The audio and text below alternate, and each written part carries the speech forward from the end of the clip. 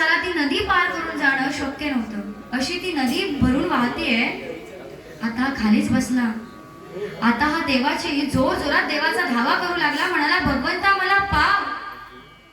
ह्या संकटातून जर मला तू वाचवलंस तर घरी जाऊन सत्यनारायणाची पूजा घालीन. देवाला आम्ही दाखवतोय हा गृहस्थ. देवाला आपल्या देखील श्रोते असंच आहे. जोपर्यंत आपल्याकडे काहीतरी मार्ग आहे तोपर्यंत आपण प्रयत्न करत राहतो. जेव्हा चारी बाजूनी संकट येतात तेव्हा भगवंत आठवतो. तोपर्यंत स्वतःवर विश्वास असतो, खोटा विश्वास असतो की मी हे करू शकेन. परंतु जेव्हा चारी बाजूनी संकट येतात तेव्हा आपल्याला तो परमेश्वर आठवतो.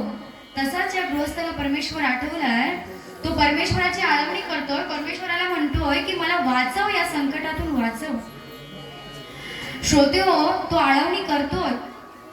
तेवढ्यातच त्याला एक झाड दिसलं. सुंदर असं झाड, पाना फुलांनी बहरलंय. अत्यंत सुंदर झाड त्याला दिसलं. तो त्या झाडावर चढला आणि विचार करतो की आता माझं कोणी काही करू शकणार नाही. आता ना तो वाघ मला खाणार, ना ती वाघीण मला खाणार, ना ते हत्ती मला काही करू शकणार. हा विचार करतोय. तेवढ्याच त्याचा लक्ष गेला झाडाच्या बुंध्यापाशी गेला आणि त्याने पाहिलं की त्या झाडाच्या बुंद्याला दोन उंदीर पोखरत होते. एक होता काळा आणि एक होता पांढरा. असे दोन उंदीर त्या झाडाला पोखरत आहेत.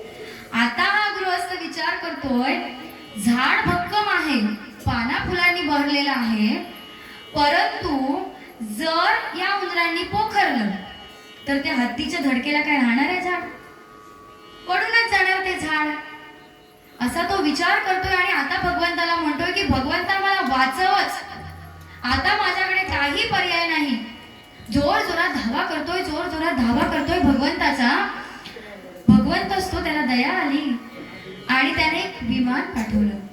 ते विमान भारवाहक आले आणि त्या गृहस्थाला सांगतायत, तट दिशी या विमानामध्ये येऊन बस.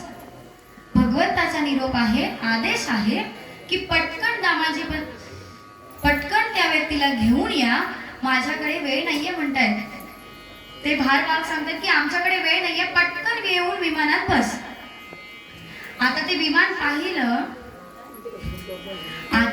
पाहिलं आणि त्याला आनंद झाला. एवढ्या संकटाने घेरलेला आहे श्रोते हो. आणि एक सुखाचा क्षण त्याला दिसला, काहीतरी आशा दिसली आणि त्याला आनंद झाला. तो तट दिशी उठला आणि उठला तोच त्याचं डोकं त्या फांदीला